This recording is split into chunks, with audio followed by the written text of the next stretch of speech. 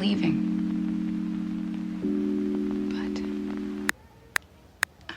Well, welcome. This is the entrepreneur's journey, and as most journeys are, we're going to talk about sort of, the fascinating story that, as I said, I mean, the impression I got with this, first of all, what's been achieved in 10 years is quite phenomenal, but I get the impression that you're still not satisfied. There's still more to come. So let's start in the here and now. How's business? How is Paddy and Scott's doing? And for those not familiar with Paddy, what is Paddy and Scott's?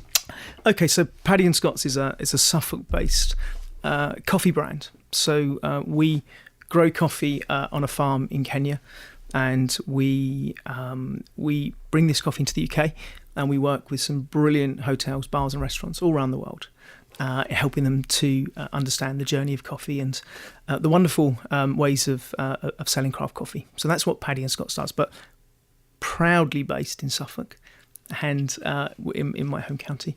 But you're not a Suffolk lad originally, are you?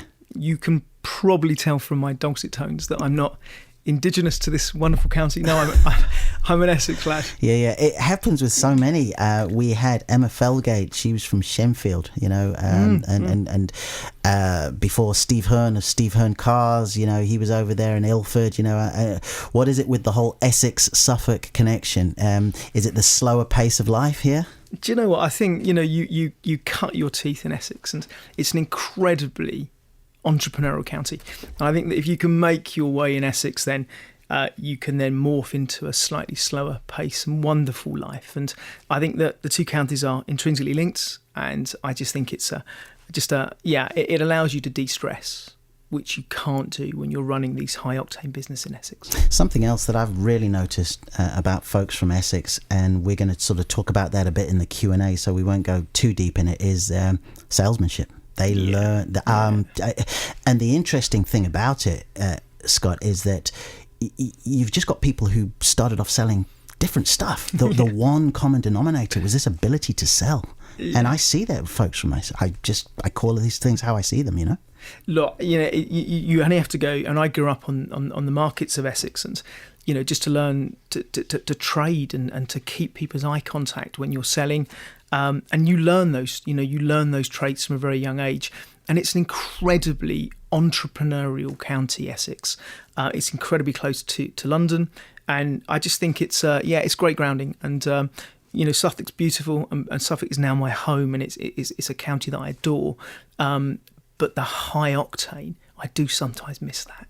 I do. Yeah, indeed. But the other thing is, and let's be totally fair, I don't think it's going to be a situation for you, but I also get the impression that the folks from Essex, that they never have an issue at that prospect of maybe having to dust off the CV and just go sell again or something. They if anything happens, they know they'll be okay, don't they? Yeah, of course it is. I mean, once you know your trades, and you can apply that anywhere. So, you'll rarely see somebody down in the dumps. They'll be bouncing back again. But I think that's a trait of human beings, full stop. I don't think it's... And certainly entrepreneurs. Of course it is, because absolutely. they know how to sort of dust themselves down and get on with it again. Well, that's what makes you an entrepreneur. Yeah. It's to follow on. So absolutely, 100%. Paddy and Scott's. Scott's here. What and where and who is Paddy, and is he still part of it? Tell us that in the name. Well, Paddy's a great guy. That Paddy and I started the business 10 years ago, and Paddy's also another great entrepreneur. And I think that 10 years is a long time in business, and most entrepreneurs tend to sort of flip every 5 years. So I think with Paddy, he left the business 3 years ago, and to pursue other areas, and he's doing some brilliant stuff in the county now, and we're still great mates, and we was having a beer the other day together in France, and so it's lovely, but he's not part of the business anymore. So you were born in Essex. Were mum and dad entrepreneurs? Where did you get your sort of bug from, and was there any sort of formal grounding as a youngster for you growing up? Yeah, I mean, we talked earlier on, my parents were market traders when I was born, but my father was a professional football player, and my mum worked as a window dresser. So they were they were a colourful couple when I was growing up, and my father never progressed in his career, so he did various jobs, and in those days they weren't making the money they make now. And my mum and dad worked on many things, and we ended up on market stalls, and I sort of plied my trade from the age of sort of 8 or 9, selling hot horse chestnuts, and I really enjoyed that. And I mean, there must have been an element of initial excitement to it, but then, sort of rain, shine, whatever time and stuff like that. So was that a bit of an eye-opener for you, the fact that, hey, you've just got to get up there and just, put your time in? Yeah, absolutely. I mean, my brother and I would be getting up at sort of 4:30, 5:30 in the morning, and weekends for us was work. So we'd go to school all week, and then come the weekends we'd work. And what I used to really enjoy doing was cashing up at the end of the day. So my brother and I would almost play Monopoly money, but with real money, and that was really exciting. No, I mean, I think there's some negative wiring in some people in their relationship towards money, but you as a youngster were handling it. Absolutely. And you were able to say this was a good day, this wasn't such a good day, but so that's an interesting one. Absolutely. And I'd get really excited when I saw a £50 note. Most of them were pound notes and £5 notes, and so my brother and I would find it incredibly exciting at the end of the day to sort of cash up with this money and play with this money. How long did you do that for? Cool, until I left school at 16. So I worked from the age of 8 or 9 all the way through to the age of 16. And was that evenings and school holidays and things like that? Absolutely, not in the evenings. And my parents would always get weekends. home. Beg your pardon. Yeah, so our school day would finish at normal time, but come the weekends we would probably work until about 6, 7 o'clock in the evening, and that's quite a long shift that we'd be putting in. So yeah, it was. But I didn't look at it as work. To me, that was just what you did. That was our life. That was, we were sons of market traders, and that's what we had to do. And in the household, what was the talk about further education there? Because clearly you had begun to understand at a very young age that all work is honourable, and going out there. Was there any pressure, or was there any dialogue about, look, you need to further your education, or as long as you sort of understood how the world works, you could just go and find your own vocation? That's a really good question. No, not at all. My parents were, go out and get a job. There was no talk about going to sixth form college or university at all. And it was just literally a case of, what are you going to do? What we would discuss as a family is what we wanted as a career. So at the age of 15, 16, I pretty much knew what I wanted to do. So there was a lot of learning from a young age, but not in the academic sense. It was more, what are you going to go and do to earn money? And that was a really good grounding lesson. Yeah. No. And I mean, you mentioned that Dad played football. Did you? Very badly, yes. My brother's brilliant, actually. My younger brother, he signed for West Ham when he was 15, but was laid off when he was 17. And my father played for West Ham and then ended up playing for Leyton Orient. So I think I was a bit of a letdown in the family.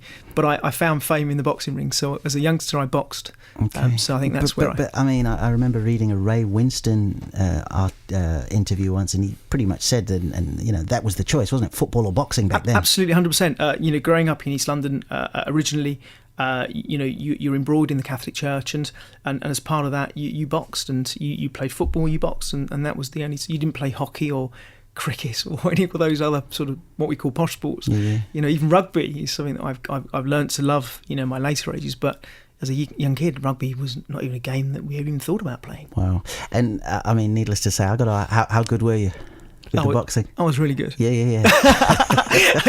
I was very small and tenacious, so I tend to box up. Yeah. I was. I did my family. And I proud. mean, you still look in shape. Do you still? I do. Yeah. I do hit the bags all the time, and I've got back into my boxing, but purely just as a way of keeping fit and healthy. But all kidding aside, I mean, I've heard some stories from some folks in Essex who were sort of, on the stalls and stuff. I mean, they needed to take care of themselves from time to time as well, didn't they? I think you needed to look like you could look after yourself, and someone that knows how to box in a ring, has a certain stance, and a certain swagger which gives you confidence, and that confidence means you never have to raise your fists. And we live in a society you can't fight. If you want to fight, you go into a ring and you do it properly. You don't want to be fighting on streets or anything like that. A few weeks ago we had Master Wong, who does Wing Chun, here in the studio, and it was the same sort of thing. It was kind of like, he goes through everything he goes through, and his students do the same thing, just so they know, mentally they're very strong, and it's almost like so they don't need to as such. But that was the interesting one. And as a kid, no doubt, you took many a trip to the bowling ground, did you? I did, absolutely, yeah. And West Ham was a sort of second home for us. And many a time sitting outside the Castle pub with a packet of crisps, and when my father and my uncles were in there having a pint. Okay. Absolutely, West Ham supporter through and through. So the conversation with the family was very much, okay, let's start sort of thinking about this roadmap that you want to make as far as out in the wide world and all that. So what were you thinking then? Had you began to lean towards a particular area that you wanted to specialise in or get a job? What were your thoughts? Yeah, I did actually. So in the latter stages of growing up, my parents got into the jewellery market, and I loved the jewellery trade. So when I was sort of 15, we decided that I would pursue a career as a goldsmith. So I got an apprenticeship through the youth training scheme to train in Hatton Garden. And I absolutely loved it. I adored it at Mucha, and I managed also to get a scholarship into Sir John Cass College in London, which is one of the most amazing colleges for goldsmiths and business. And it's there that I learned my love of business, because part of my course was not just making jewellery, but how to sell it and to market it. And that really was the launch pad that taught me about business. And of course, you had the grounding from being a wee lad, sort of. And it's interesting though, isn't it? Again, I talk about Steve Hearn because he deals with the sort of high performance vehicles, and him and I had Christine Beadle, MBE, in here as well.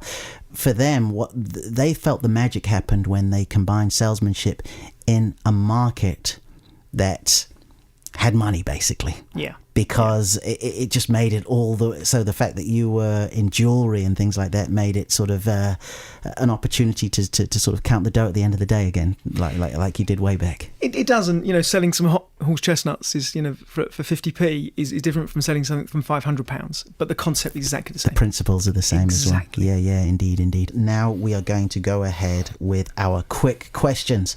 There's no right or wrong answer, just your answer. Okay, you all set? Fire away, sir. Scott Russell, what is an entrepreneur?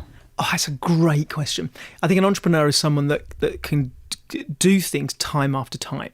So, if you fail, that doesn't matter. Do it again. Get out and do it again. So entrees to follow on. So an entrepreneur is someone that can dust himself down, get up and do it again, make money, do it again, make money, do it again. And if it's not money, then it's empowering people. That's an entrepreneur. The whole value, however that is defined, isn't it? Correct. Great. So with that in mind, what are 3 things that you absolutely positively have to have as an entrepreneur? Oh, Christ. What do you need? Great questions again. I think you've got to have complete, undenying self-belief. Absolute 100% self-belief. You've got to have energy. You must have energy as well. Yeah. I work 16, 17-hour days, even now, and I'm 48 years old. So, no problems at all. And I think you just need to be able to have a great team around you. And don't have a brilliant team that are better than you and allow them to become better than you. So many entrepreneurs don't allow the team to become better than them because they feel threatened. That's not the route to go. Your idea is to empower people to do a better job than you. And I'm guessing that's part of the reason why you've made this rapid sort of progress with what you're doing, and the fact that you've brought others in who are able to sort of help you get there. Yeah, absolutely. I mean, everybody in the business are brilliant. I mean, my operations director, John Clement, to my brand director, Jonathan Reed, and all of our equity partners in our business, they are absolutely fantastic. Martin Westhorpe, Zoe Hill, these guys are absolutely brilliant. And if you cut them in art, they just, they are the company. There's everything they stand for. It's just another common thing that I'm seeing through the entrepreneurs that come here. They invest in their people around them, and they want to enhance the quality of their lives, sometimes even more than the actual end consumer. They want their staff to do that. Is selling evil? No, of course it's not. Love it. You understand? This is what people are confused on. Selling is about two parties coming together. One wants to buy and one wants to sell. Otherwise, the parties wouldn't come together. So as long as the parties come together in a mutually agreeable fashion, then selling is a brilliant way of providing products and services. It's when people don't want that product and you're pushing that product onto them, that's when it can become more difficult. And people go rogue, don't they, sometimes, because the person doing the selling isn't necessarily looking at the best interests of the person looking to buy. Maybe they've got pressure or something else like that, and that's where I think over time, at times, selling gets that bum rap. But you're saying this is about two willing parties. Yeah, it's called a coalition of the willing. It's two parties coming together. Look, hey, I make little cups of happiness, little cups of joy. So I don't really need to convince people they need a coffee in the morning. They normally come to me and ask that. So, but that's not really an issue in my industry at the moment. Great. I loved the look on your face when I said is selling evil. You're like, whoa, what's all that about? Yeah. Sir Richard Branson or Lord Alan Sugar? Richard Branson, without a shadow of a doubt. I've met him as well. Actually, he's a guy that is really quiet as well. He's not, very, very considered with his questions when you talk to him. He's a really cool guy. Favorite social media platform? I would have said Twitter, but I'm really getting into Instagram. I think Instagram's quite cool. Yeah. Favorite country to visit? I've travelled the whole world. I've been to North Korea. I've been to all over Africa. But I think, and I love Portugal. But I probably think it's a real tough one. That one, Kenya. On the back Kenya. Of what you do, which we're going to talk about a bit later. Yeah. That's great. Mac or PC? Mac. The number of entrepreneurs who are into Macs here. Well, I think it connects with my iPhone pretty well. Yeah. So that's one of the reasons why I use a Mac. And it's very slim. I can carry it in a little tiny rucksack. Last movie you went to see? The last movie I went to see, I think it was a kids movie. No, I didn't. I saw, what's the one, Mary Poppins, at the Albury Cinema. Yeah. It was brilliant, absolutely fantastic. Our guest last week, that was it, but she had to text her husband, and he said, it was Mary. City activity break or lie on a beach with a book? City activity break, absolutely. Staff-wise, do you prefer overtime money or time off in lieu? Oh, that's a great question. It depends who the staff are. I know some of my staff would rather have time off. And I know some of my staff would probably have overtime. So it depends on the person, not as a rule. Work stuff, do you leave it at the door or do you take it home with you? No, I take it home with me, unfortunately. If I would have said anything else, my wife would have said to me, "Don't lie, Scott. You're always on your bloody phone." Okay. Hey, you got through the quick questions. Well, that was very good. Thank you. I was nervous of that. I could tell. There was no indication what you're going to ask me. Yeah, I know. It was good. But hey, you didn't sweat. Thank you. At the start of our chit chat, had mentioned the Paddy and Scott's, the whole coffee brand and offering. But it seems to be so much more than that. When I look at, there's an experience that you want to create with how you sort of mentor and teach and train. So let's get back to that and talk about that a little bit before. Why coffee? Well, I was in telecoms and IT for 18 years in London, and when I sold my business at 36, and I just thought, what am I going to do now for the rest of my life? And whatever I want to do, I just want to make sure that I really enjoy that. And I used to really love going to this little cool coffee shop in London and just thinking the vibe, the buzz, the energy. And I just thought, I want a bit of this. But if I'm going to build a coffee company, I want to build the best coffee company in the world. So I'm not going to just be happy with one or two shops and that's it. Let's take this global. Let's see if we can take on Starbucks and Costa. And that was my goal. And I mean, just going back to it, because I heard that. So you sold your company at 36.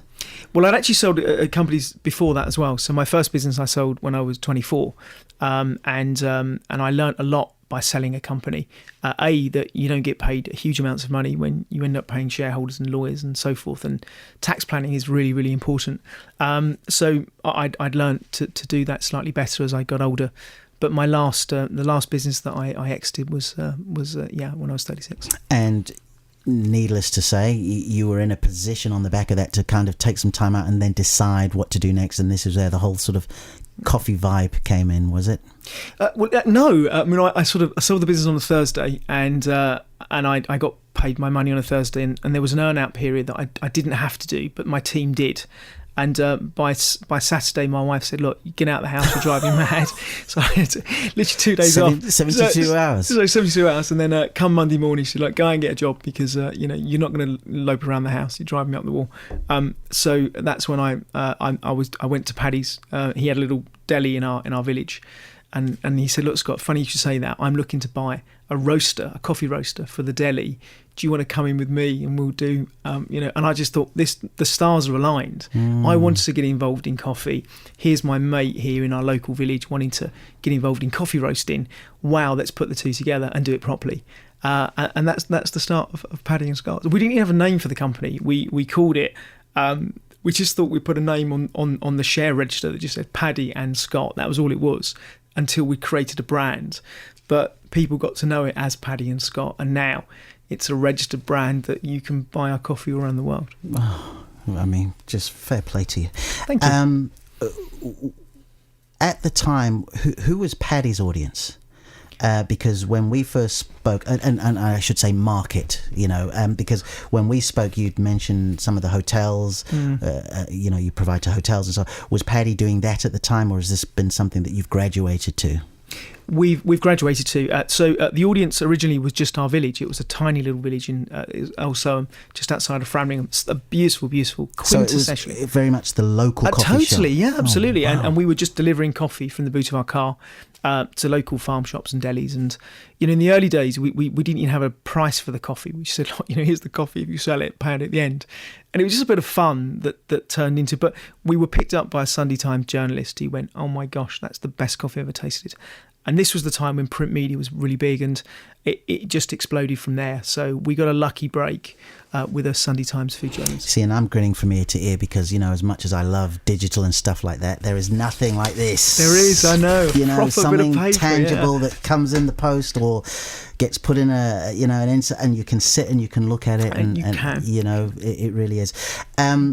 Exciting times then, were they, in those early days? I mean, you mentioned the whole sort of energy, I call it the stamina, the entrepreneurial stamina with some pretty long hours when you were...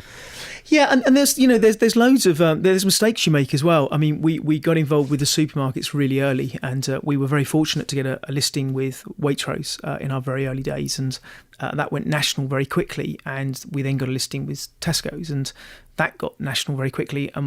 There's a huge infrastructure that you need to support these type of contracts, and all we had was Paddy and I and a black Labrador and a couple of people helping us.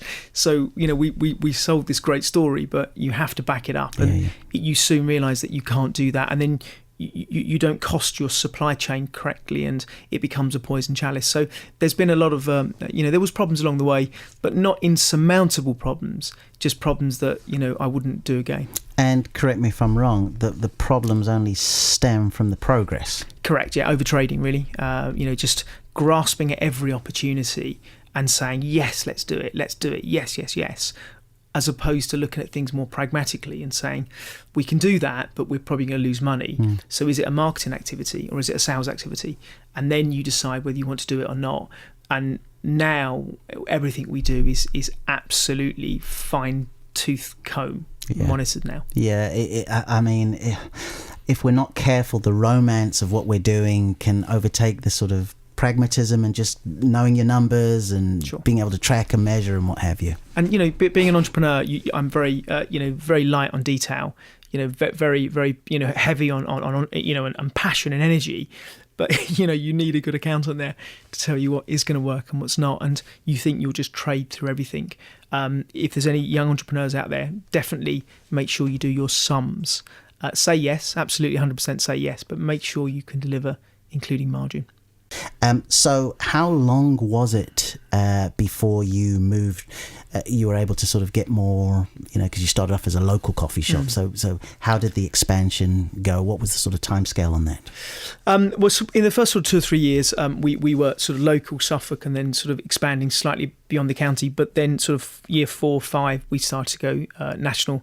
And then we got an international listing in Hong Kong. And that soon expanded to Shanghai. And then we started exporting coffee to Russia as well. And that's when the business really started to get to a stage where do we remain as a small local business, or do we go large and take on the world? And was it just you and Paddy making these decisions? Of course, you had your people to sort of bounce it, but was it ultimately the two of you deciding this stuff? No, not at all. We had a great accountant, and we had a chap who was our MD and CEO. So he was there keeping us in track. A really, really great guy, Chris Thompson. Have a lot of respect for Chris. He's gone on to do some really wonderful stuff as well.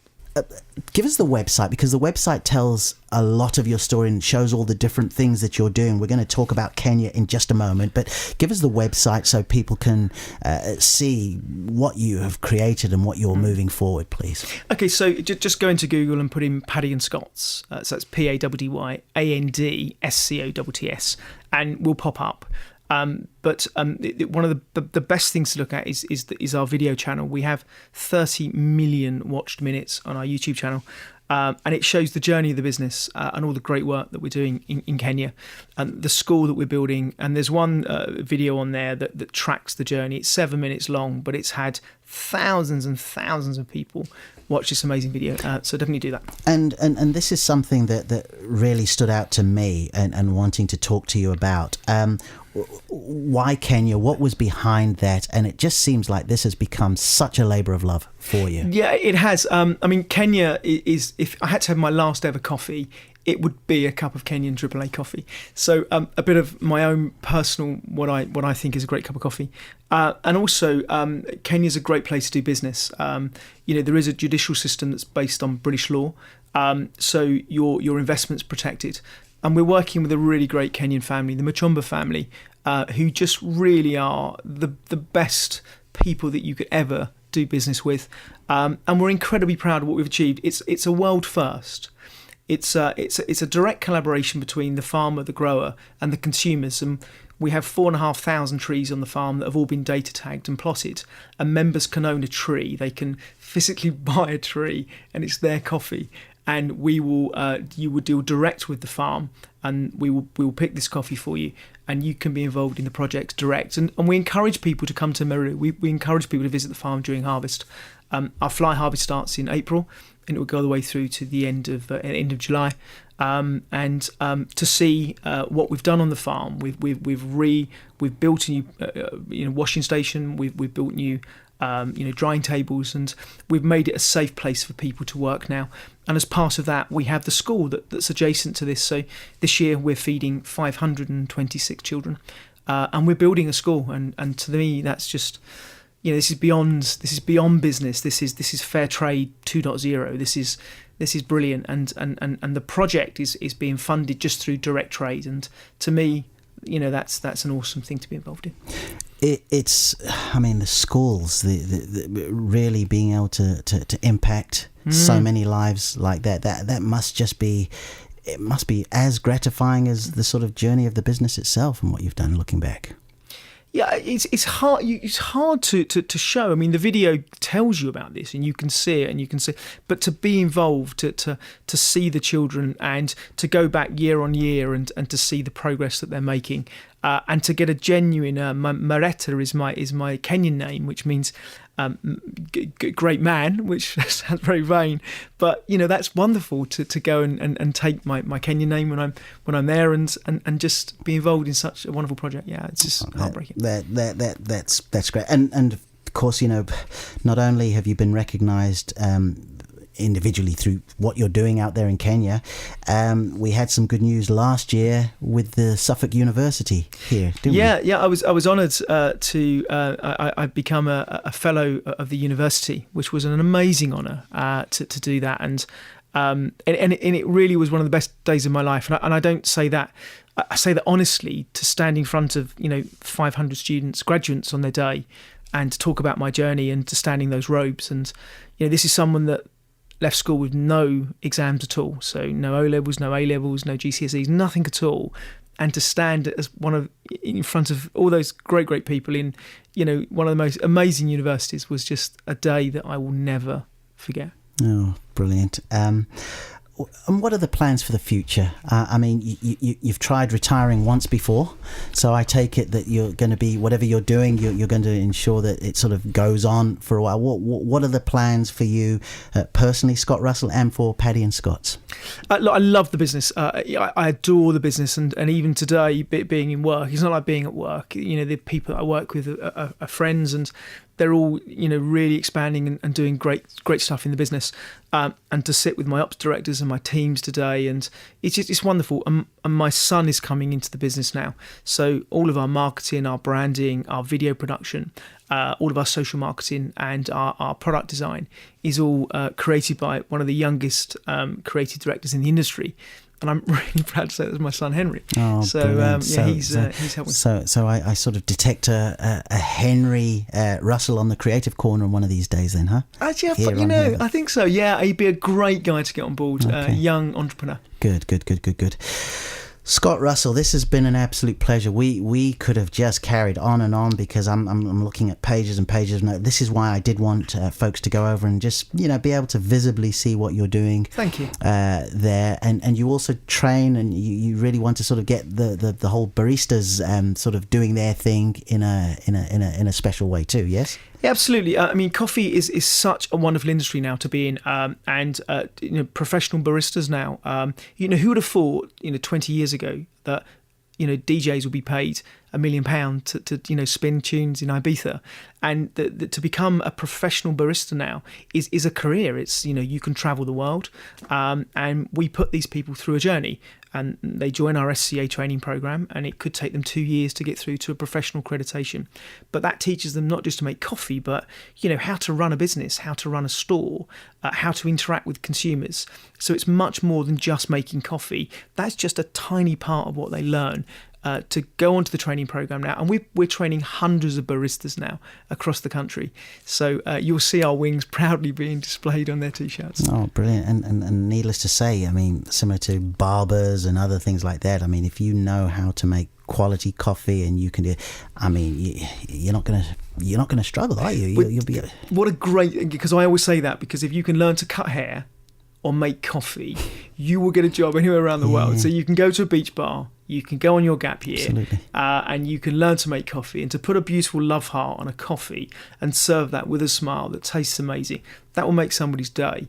So not only are you making money and you're helping, but you're making people's day. I call it creating little cups of loveliness, little cups of joyfulness, and I think that's our mantra. Scott Russell of Paddy and Scott's. First of all, congratulations on a terrific 10 years thus far. Thank you. I, for one, will be monitoring your ongoing progress, closely. I really appreciate that, and thank you for sharing these lessons. I've been scribbling notes. You've seen that here. My absolute pleasure, Scott. Thank you. Brilliant. Thank you, sir.